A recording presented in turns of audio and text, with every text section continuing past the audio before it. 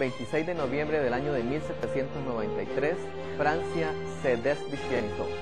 Durante 3 años y medio, el país abolió la religión.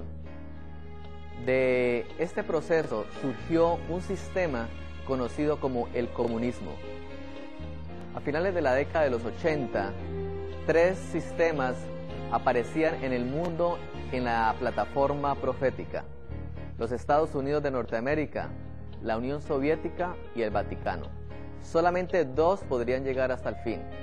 La Biblia también nos anticipó desde hace mucho tiempo que el comunismo al final de los tiempos desaparecería del terreno profético.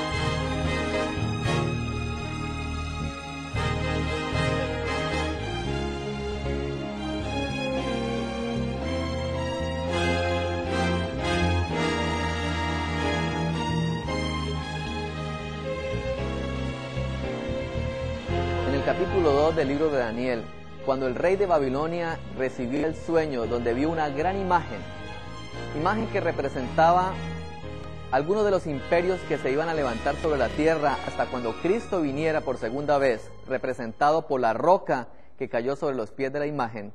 Encontramos allí una lección que tenemos que tener presente para el estudio de este día. Dios estipuló que el último imperio mundial que se levantaría sería el Imperio Romano. No había de ahí en adelante ningún otro indicio en la palabra profética de que el mundo pudiera unirse como un todo. La Biblia estipuló que cuando Cristo viniera a esta tierra, los reinos de la tierra estarían divididos en naciones representados por los 10 dedos de la imagen. Sin embargo, la Escritura también menciona que el plan de Satanás sería que así como creó la rebelión en el cielo y como después lo hizo en la tierra, mencionado en la construcción de la Torre de Babel, de la misma manera Satanás llevaría el mismo plan al final de los tiempos. Ahora, en Génesis, en el capítulo 11, nosotros leemos lo siguiente: había entonces en toda la tierra una sola lengua y unas mismas palabras. Y dijeron: hagamos ladrillo y cosámoslo al fuego, y el ladrillo le sirvió de piedra y el asfalto de mezcla. Y dijeron: edifiquémonos una ciudad y hagámonos una torre cuya cúspide llegue al cielo, y hagámonos un nombre para no ser esparcidos por toda la tierra.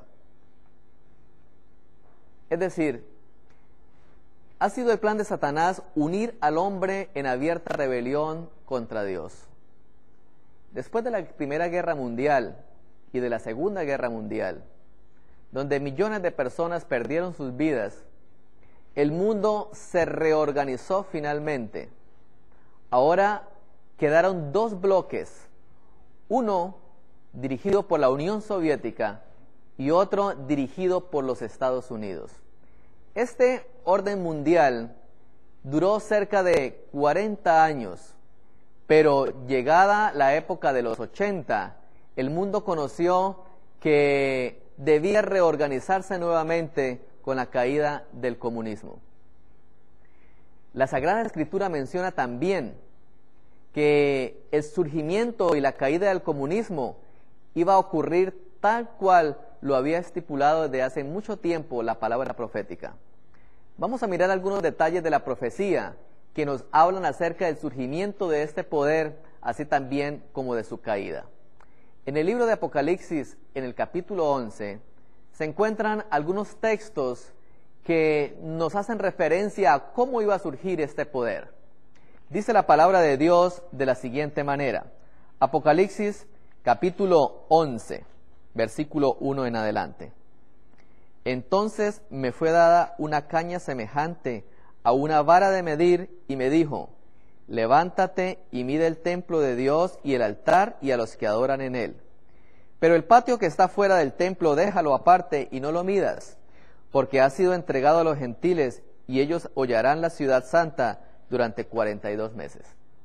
La primera introducción que nos da Apocalipsis, el capítulo 11, es un tiempo profético ya conocido como el tiempo de los 1260 días o 1260 años literales.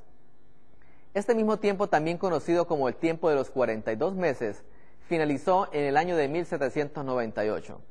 Para aquel tiempo, la Biblia nos dice que un hecho importante iba a ocurrir y nos da algunas características especiales para que nosotros podamos descubrir este tiempo. El versículo 3 dice lo siguiente: y daré a mis 2 testigos que profeticen por 1260 días vestidos de cilicio. Cuando Jesús estuvo aquí en la tierra, hizo referencia a las Escrituras como si ellas fueran las que dieran testimonio de Él. Es decir, estos 2 testigos que se presentan aquí en el libro de Apocalipsis, en el capítulo 11, hace referencia a la palabra de Dios. Ella es la que tiene poder para hacer lo que Dios dice. Por eso sigue diciendo el siguiente versículo: estos tienen poder para cerrar el cielo, a fin de que no llueva en los días de su profecía, así como ocurrió también en el tiempo de Elías. O tienen poder sobre las aguas para convertirlas en sangre, así como ocurrió también en el tiempo de Moisés. El siguiente texto menciona que algo iba a ocurrir con la Escritura. Dice el versículo 7: cuando hayan acabado su testimonio, la bestia que sube del abismo hará guerra contra ellos y los vencerá, y sus cadáveres estarán en la plaza de la grande ciudad, que en sentido espiritual se llama Sodoma y Egipto, donde también nuestro Señor fue crucificado. Notemos algo especial en lo que acabamos de leer. La Biblia menciona que cuando terminara el periodo de los 1260 años, iba a ocurrir algo con la Escritura. Ahora, menciona también el surgimiento de un nuevo poder conocido como la bestia que sube del abismo.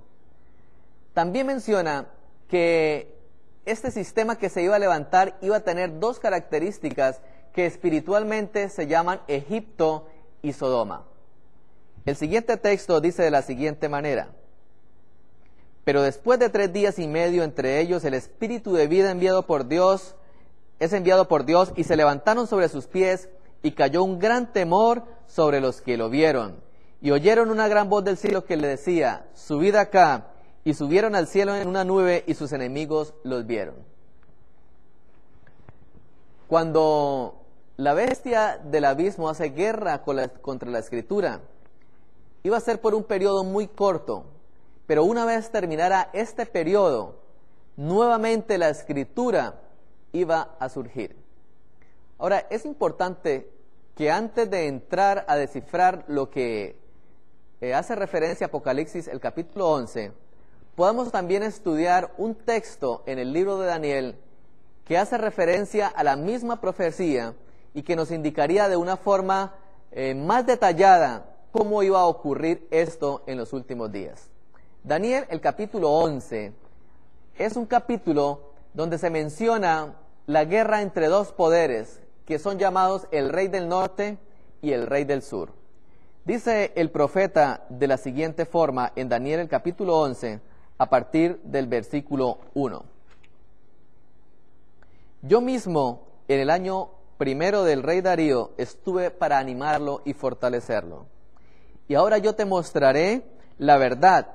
He aquí, aún habrán 3 reyes en Persia, y el 4 se hará de grandes riquezas. Estos 3 reyes a los que hace referencia Daniel son Cambises, el falso Esmirdes, Darío, y ese 4 rey es Jerjes. Ahora, posterior a ellos, dice el versículo 3, se levantará un rey valiente, el cual dominará con gran poder y hará su voluntad. Pero cuando se haya levantado su reino, será quebrantado y repartido hacia los 4 vientos. ¿A qué rey valiente hace referencia acá? Habíamos dicho que el libro de Daniel contiene los mismos bosquejos proféticos. Después de los medos y los persas, se levantó entonces el imperio griego. Y este rey valiente al cual hace referencia Daniel en el capítulo 11 es Alejandro Magno. La Escritura también menciona que una vez Alejandro Magno apareciera en el escenario profético, su reino iba a ser quebrantado en 4 partes. Aquí se menciona hacia los 4 vientos. Recordemos que después de Alejandro Magno, 4 generales se disputaron el imperio de Grecia: Casandro, Lisímaco, Ptolomeo y Seleuco. Pero en pocos años solamente 2 reyes llegaron a gobernar, que fue Seleuco y Ptolomeo. Vamos a ver el mapa político de aquel tiempo para que entendamos un poco por qué estos 2 reyes se conocieron como el rey del norte y el rey del sur.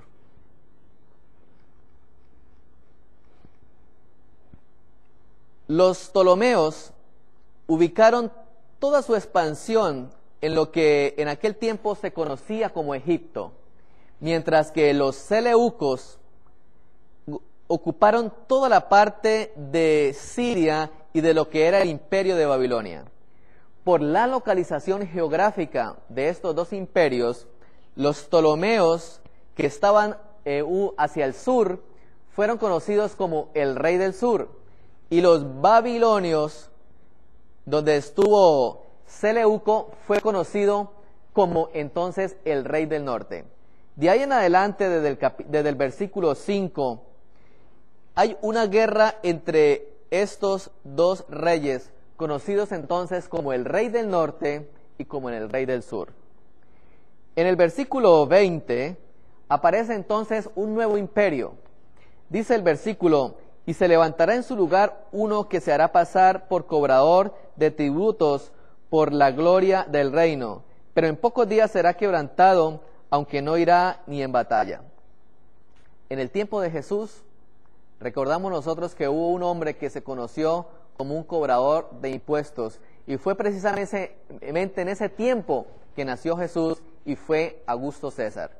Es decir, la profecía de Daniel capítulo 11 nos lleva bajo los mismos imperios que nosotros notamos en Daniel el capítulo 2, Medo-Persia, Grecia, y ahora vamos en el imperio romano. Pero hay algo interesante allí. Dice el versículo 40 de la profecía de Daniel 11, que en el tiempo del fin, el rey del sur se levantaría contra el rey del norte, y posteriormente el rey del norte se levantaría contra el rey del sur como una tempestad. El tiempo del fin empezó en el año de 1798, de acuerdo a las profecías bíblicas. El último de los descendientes de los Ptolomeos fue conocida más bien como Cleopatra. Para 1798, ya los descendientes del imperio seleucida, que fueron conocidos como Seleucos y Antíocos, ya no existían más. De igual forma, los Ptolomeos tampoco existían. ¿Por qué será que la Biblia menciona que en el tiempo del fin nuevamente se levantaría el rey del norte y el rey del sur? Ahora, notemos algo especial. Apocalipsis capítulo 11 nos dice que también para esa misma fecha, en el tiempo del fin, se levantaría una bestia que sube del abismo y que en sentido espiritual se llama Egipto. En Daniel capítulo 11 vimos que el rey del sur es también conocido como el rey de Egipto.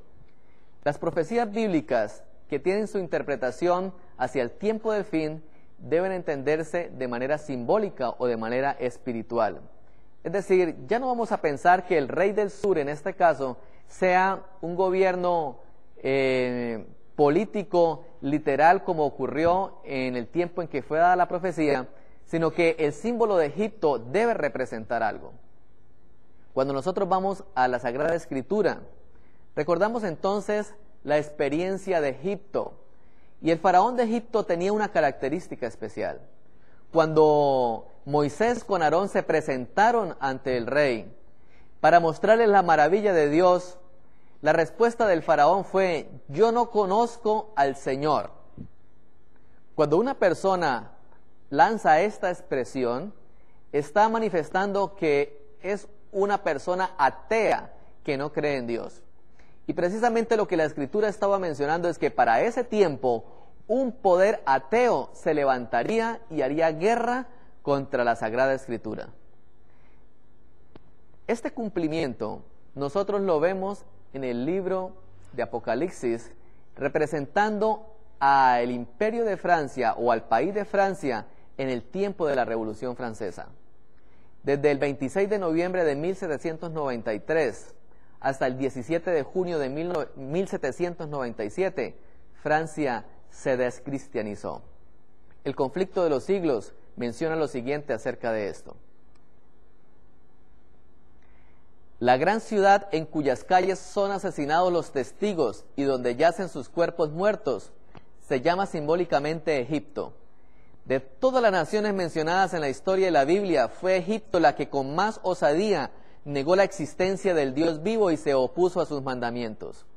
Ningún monarca resistió con tanto descaro la autoridad del cielo como el rey de Egipto.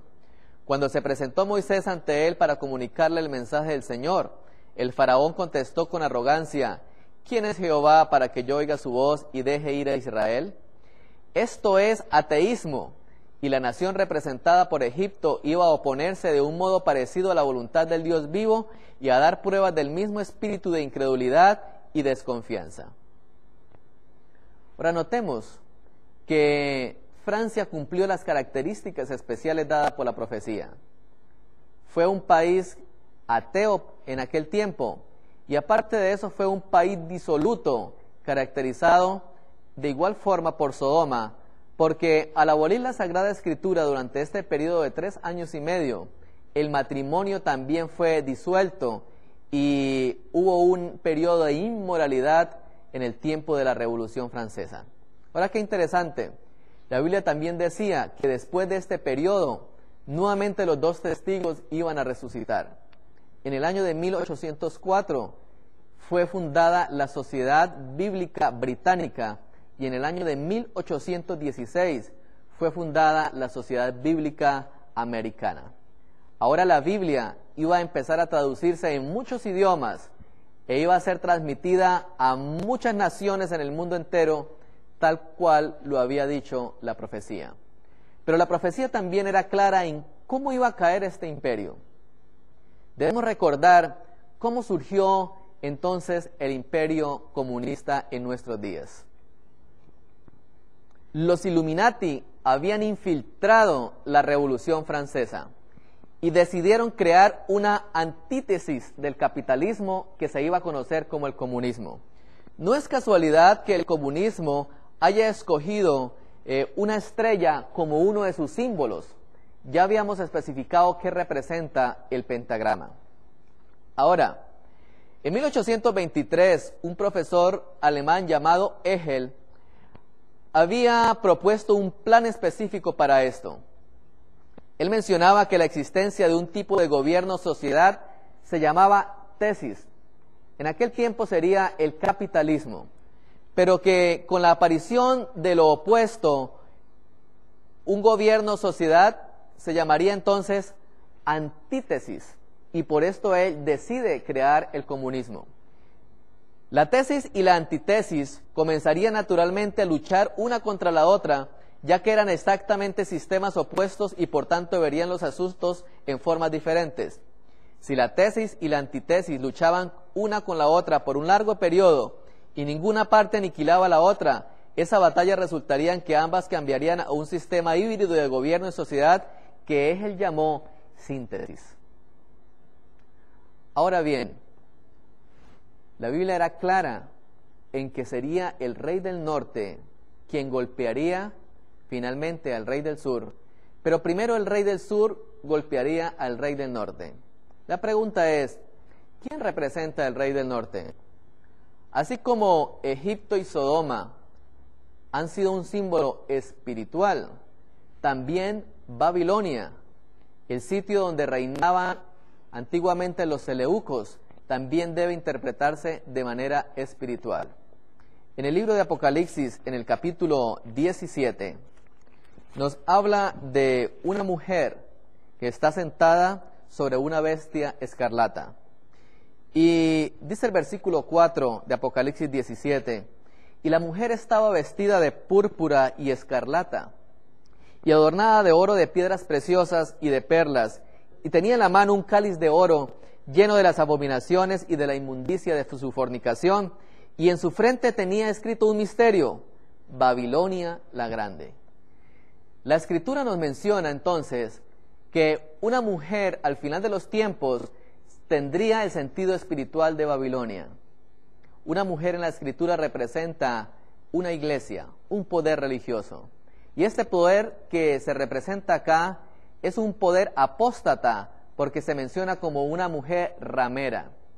La Escritura también es clara en mencionarnos que muchas de las costumbres que este poder iba a tener, lógicamente habían sido traídas de Babilonia. Nosotros hemos venido estudiando algunas cosas acerca de la religión babilónica y no nos cabe duda de que la Escritura está hablando exclusivamente de Roma en su fase papal. Es decir, el papado es el cumplimiento espiritual de Babilonia en los últimos días, así como Francia es el cumplimiento espiritual de Egipto y de Sodoma.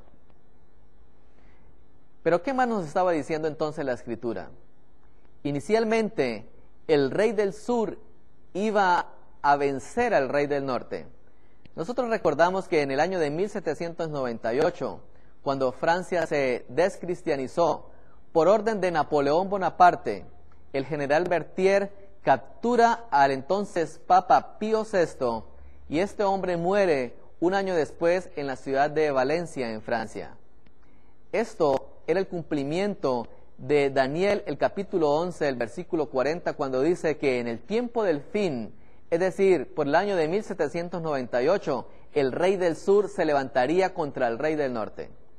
Pero la profecía también menciona que posteriormente el rey del norte se levantaría contra el rey del sur como una tempestad.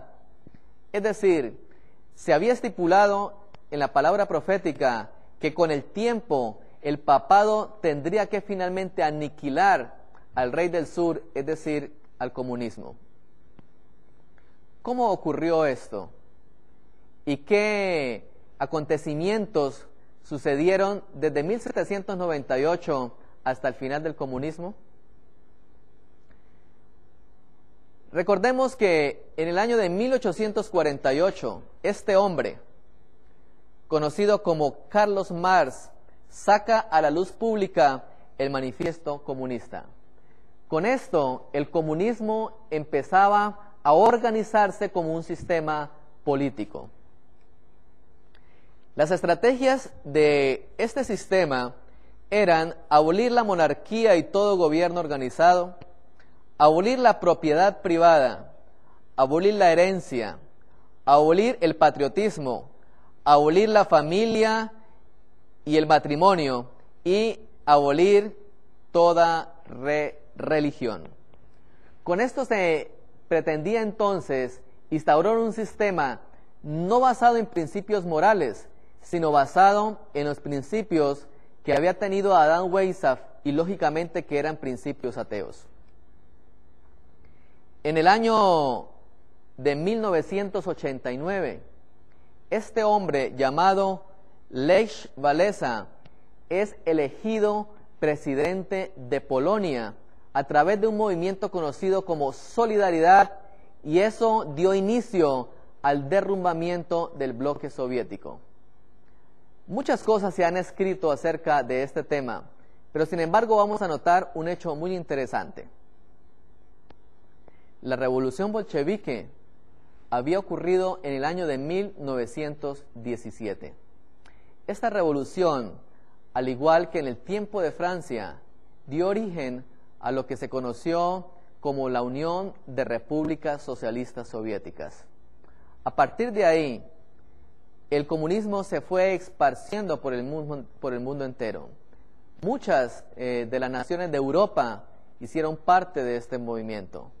También el movimiento se esparcía hacia el mundo, y por eso América Latina también fue invadida con este pensamiento, y aparecieron entonces muchos de los grupos subversivos en varias partes de Centroamérica y Suramérica, tratando de llevar el mismo mensaje del comunismo en los países de Occidente. Sin embargo, también en ese mismo año, en 1917, ocurría también otro hecho importante para el catolicismo, y fue el milagro de la Virgen de Fátima. En el milagro de la Virgen de Fátima, especialmente en el segundo mensaje, recordamos que María anunció a la Iglesia Católica que era indispensable acabar con la Unión Soviética, porque de lo contrario, muchos males vendrían. Durante todos estos años después de recibirse el mensaje de Fátima, siempre los pontífices tuvieron la oportunidad de conocer los mensajes, pero nunca hicieron caso de ellos. Solamente hasta el año de 1980, Pablo II recibe un atentado, nuevamente salen a relucir los mensajes de la Virgen de Fátima. Al respecto, Benedicto XVI escribió lo siguiente: el 14 de mayo del año 2006, mientras se celebraba otro aniversario de la Virgen de Fátima, dijo: el 13 de mayo de 1981, el siervo de Dios Juan Pablo II sintió ser milagrosamente salvado de la muerte por la intervención de una mano materna, como él mismo dijo, agregó el pontífice durante el rezo de Regina Coeli este domingo en la Plaza de San Pedro en el Vaticano. Por eso su entero pontificado estuvo señalado por lo que la Virgen de Fátima había pronunciado, dijo el máximo jerarca de la Iglesia Católica ante más de 15,000 personas tras recitar la oración en tiempo de que en tiempo de Pascua sustituye al Ángelus.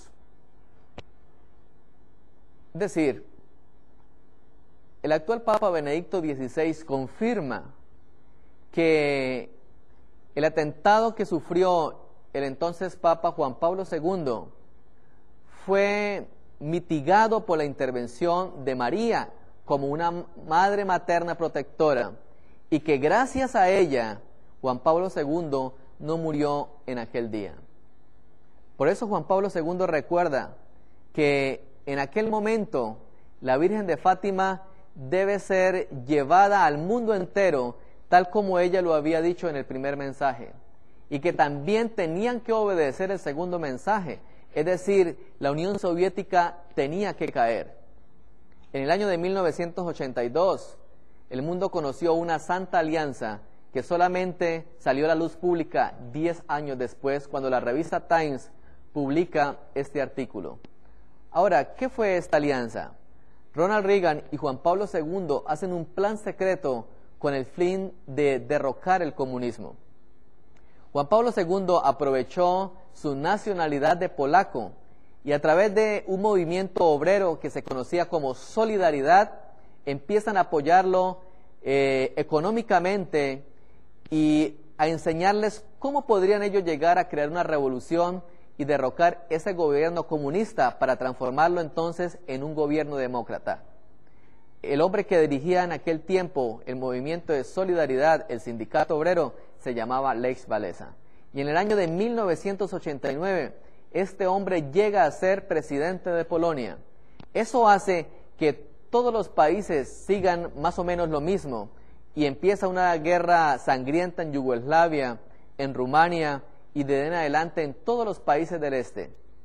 Solamente 10 años después se conoció quién había estado detrás de este plan. ¿Cómo cayó el comunismo? Veámoslo en una línea de tiempo. En marzo de 1985, Mikhail Gorbachev se convierte en secretario general del Partido Comunista. En ese tiempo introduce dos palabras nuevas que le dieron la vuelta al mundo: la perestroika o la reestructuración y el glasnost o apertura. Ese mismo año, en diciembre de 1985, Boris Yeltsin es nombrado también por Gorbachev como partido de provincia, ahora en la ciudad de Moscú. En 1987, Gorbachev presentó un plan de reformas económicas y políticas ante el Comité Central. En el año de 1988, la perestroika enfrenta sus primeros desafíos y empieza entonces una oposición interna en la Unión Soviética. En julio de 1989, Gorbachov anuncia que los países cobijados por el Pacto de Varsovia pueden decidir su propio futuro. En Polonia, Lech Wałęsa ha ganado las elecciones y asume el poder un mes más tarde. En noviembre de 1989, el mundo es testigo entonces de la caída del muro de Berlín. Miles de personas empezaron a destruir y a cruzar uno de los símbolos más potentes de la cortina de hierro. Gorbachov en aquel tiempo no reaccionó. Vemos algunas de las imágenes de la caída del muro de Berlín en aquel tiempo. Y en junio de 1991, los rusos eligen por primera vez a un presidente, en este caso, Boris Yeltsin. Ahora, este hecho dio finalmente la caída a la Unión Soviética. En el libro La llave de esta sangre, Malachi Martin, un sacerdote jesuita, nos da una vislumbre de lo que ha ocurrido en estos últimos años y cuáles son los planes de la Iglesia Católica para el mundo. Recordemos entonces que después de la Segunda Guerra Mundial el mundo se había reorganizado y había empezado una guerra fría de Occidente y Oriente. Pero miremos algo interesante acá. Malachi Martin menciona en el libro La llave de esta sangre lo siguiente.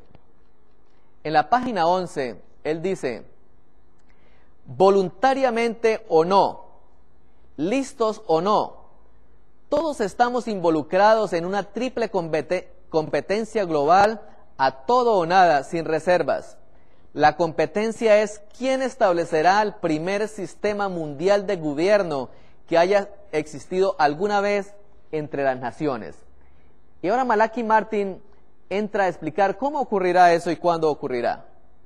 Se trata de quién poseerá y ejercerá el doble poder de la autoridad y control, el dominio sobre cada uno de nosotros como individuos y como una comunidad global sobre la totalidad de los 6.000 millones de habitantes que habrá en el planeta Tierra durante el tercer milenio. La competencia de poder es intensa porque ya se ha iniciado y no hay forma de revertirla ni de detenerla. Estas palabras de Malachi Martin nos hace pensar en el libro de Génesis, en el capítulo 11, cuando los hombres empezaron a construir la torre. También la Escritura dice que ya era imposible detenerlos. Ahora, ¿por qué hay una triple competencia global en las palabras de Malachi Martin? Para aquel tiempo él veía el comunismo, el capitalismo y el Vaticano como las tres únicas fuerzas que podrían gobernar el mundo. Sin embargo, en el libro de Apocalipsis, en el capítulo 13, la Biblia nos menciona que solamente existirían dos bestias al final de los tiempos, conocidas como la bestia que sube de la tierra y la bestia que sube del mar. Es decir, los Estados Unidos de Norteamérica y el papado. La bestia que sube del abismo desaparecería entonces del panorama mundial. Ningún político imaginaba alguna vez que este gran imperio fuera a ser destruido de manera tan rápida. Sin embargo, la palabra de Dios iba adelante. Cuando desaparece entonces del panorama mundial el comunismo, los Estados Unidos y el Vaticano quedarían solos en el terreno mundial.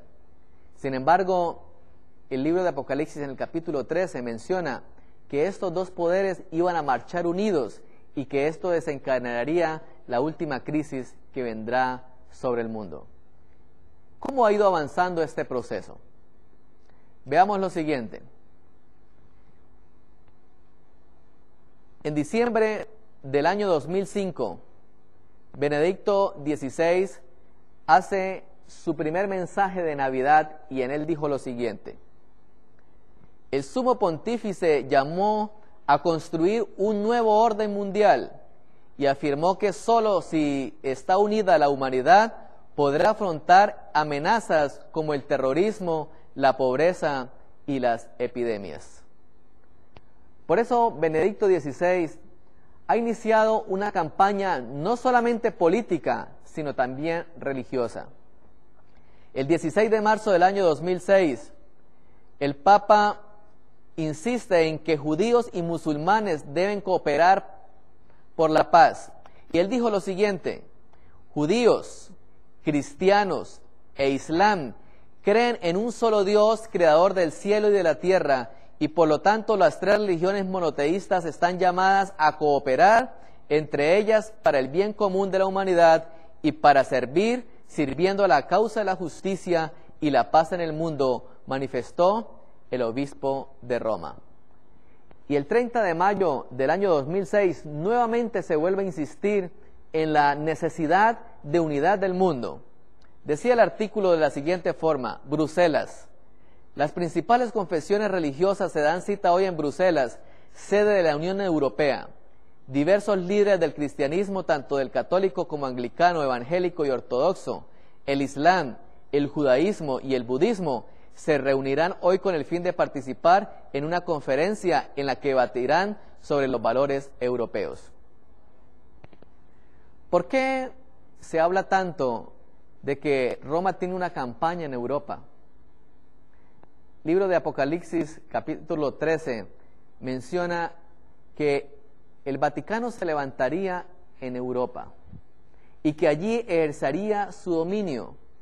Ahora, era necesario que el comunismo desapareciera de la escena final, porque al igual que en la antigüedad, mientras los arrianos, unas tribus que se oponían en doctrina al obispo de Roma, no desaparecieran del panorama mundial, el obispo de Roma no llegó a ocupar el puesto que se le dio en la Edad Media como supremo sobre todos los imperios.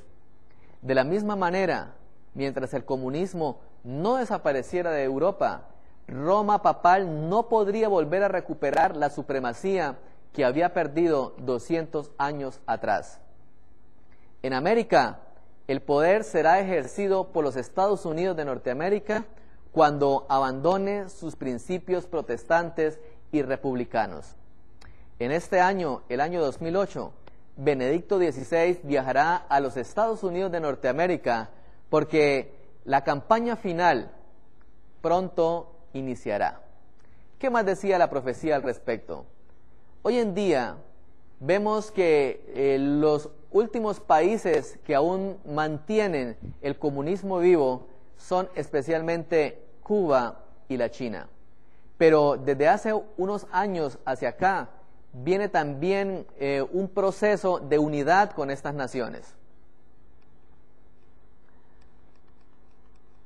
El 12 de mayo del año 2005 salió publicado este artículo en donde decía: el Papa impulsa relaciones diplomáticas con China. En un encuentro con embajadores de 174 países, expresó la esperanza de ver representados ante la sede apostólica a los países que aún no tienen vínculo con el Vaticano.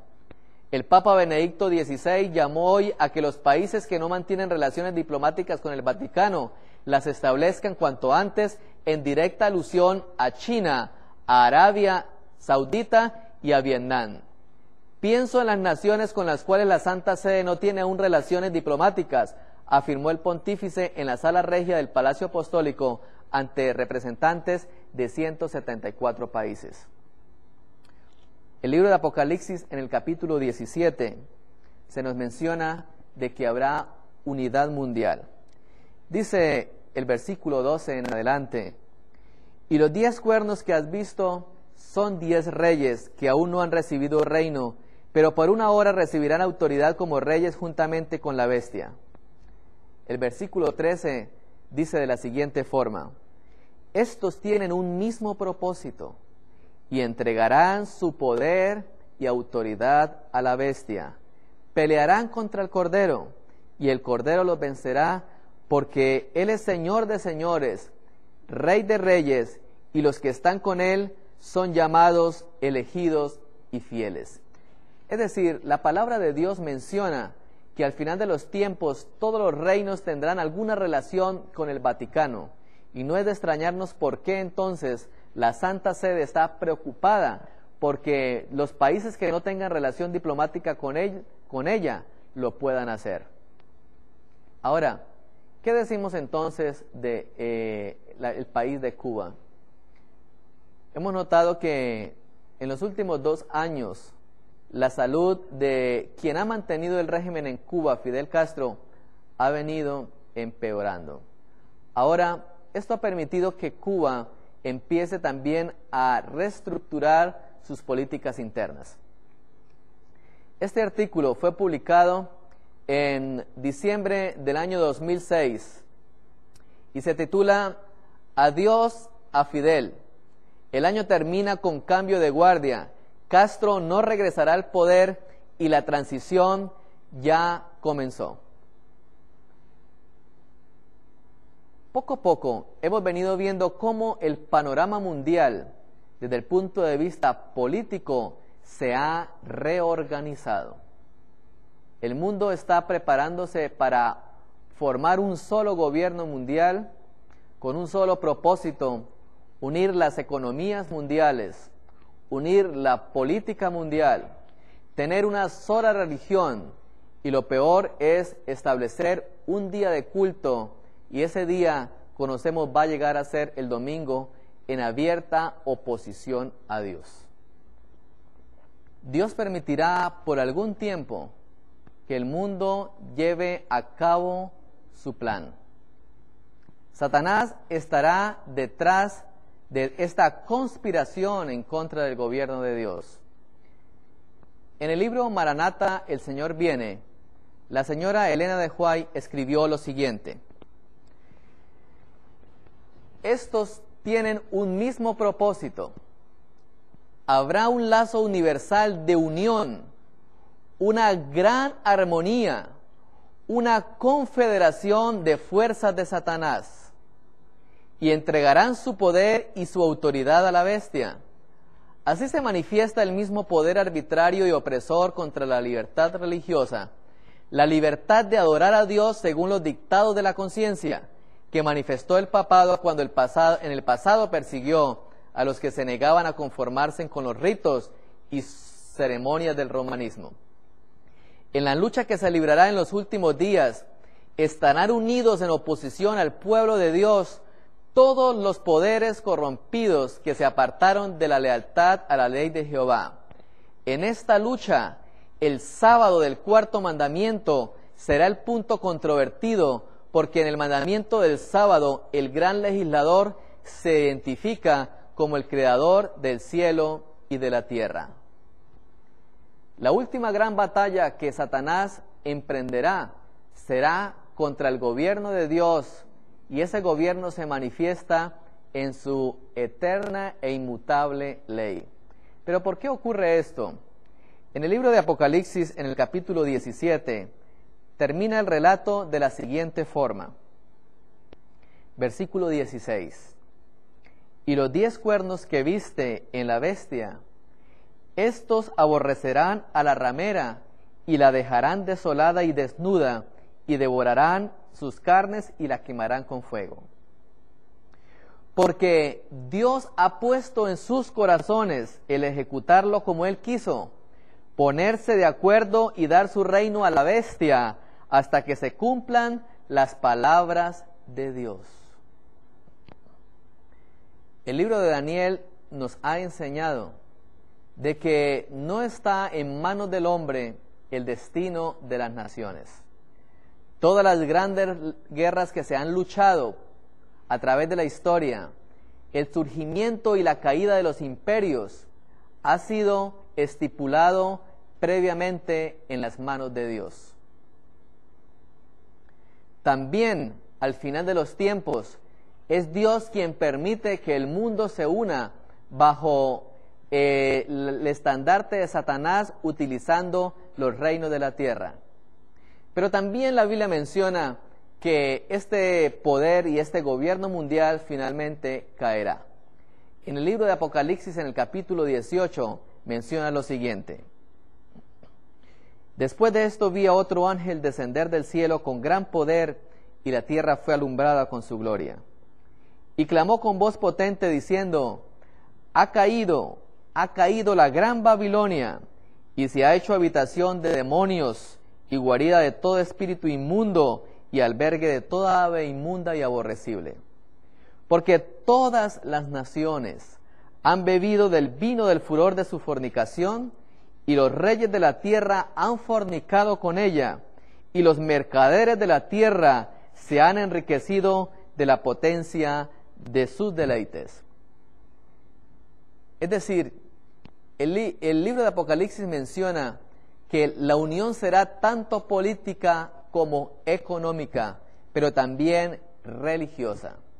Y el Señor hace una invitación a su pueblo, le dice de la siguiente manera, versículo 4, y oí otra voz del cielo que decía: salid de ella, pueblo mío, para que no seáis partícipes de sus pecados, ni recibáis de sus plagas, porque sus pecados han llegado hasta el cielo, y Dios se ha acordado de sus maldades. La invitación que hace Dios en estos últimos días es a que todos sus hijos, sus verdaderos hijos, salgan de Babilonia. Salid de ella, pueblo mío, es la invitación del Señor. Dios tiene sus hijos en todo el mundo, en el catolicismo, en el mundo evangélico, entre los judíos, entre los reyes de la tierra, entre los políticos. En todas partes Dios está levantando verdaderos fieles. Y así como en el tiempo del Israel antiguo, solamente los seres humanos tendrán que tomar una decisión. Esa decisión ha llegado el momento en que cada ser humano que habite sobre la tierra la tome. ¿Cuál será tu decisión? ¿Cuál será mi decisión? Dios requiere obediencia a sus mandamientos, a todo lo que Él estableció como santo, como puro y como bueno. La guerra final que se librará antes de que Cristo venga a la tierra tendrá única y exclusivamente que ver con los mandamientos de Dios. En el libro de Apocalipsis, en el capítulo 12, el versículo 17 dice: el dragón se llenó de ira contra la mujer y se fue a hacer guerra contra el resto de la descendencia de ella, es decir, los que guardan los mandamientos de Dios y tienen el testimonio de Jesucristo. No es una guerra física la que se librará al final de los tiempos, como muchos piensan. No es que China se levantará para luchar una guerra nuclear, o que en Israel se levantará un anticristo. Nunca la Escritura menciona nada acerca de esto. El día final será decidido por quienes son obedientes a los mandamientos de Dios. En el libro de Apocalipsis, en el capítulo 16, dice el versículo 15: he aquí, yo vengo como ladrón, bienaventurado el que vela y que guarda sus ropas, para que no anden desnudo y se vea su vergüenza. Es decir, esta lucha espiritual que vemos al final de los tiempos decidirá el destino eterno de todos los seres que habitan sobre la tierra. Llegará el momento en que Jesús terminará su obra en el cielo, en el santuario, y entonces se pronunciará la sentencia: el que es justo siga siendo justo, y el que es injusto siga en su injusticia. Dios les bendiga.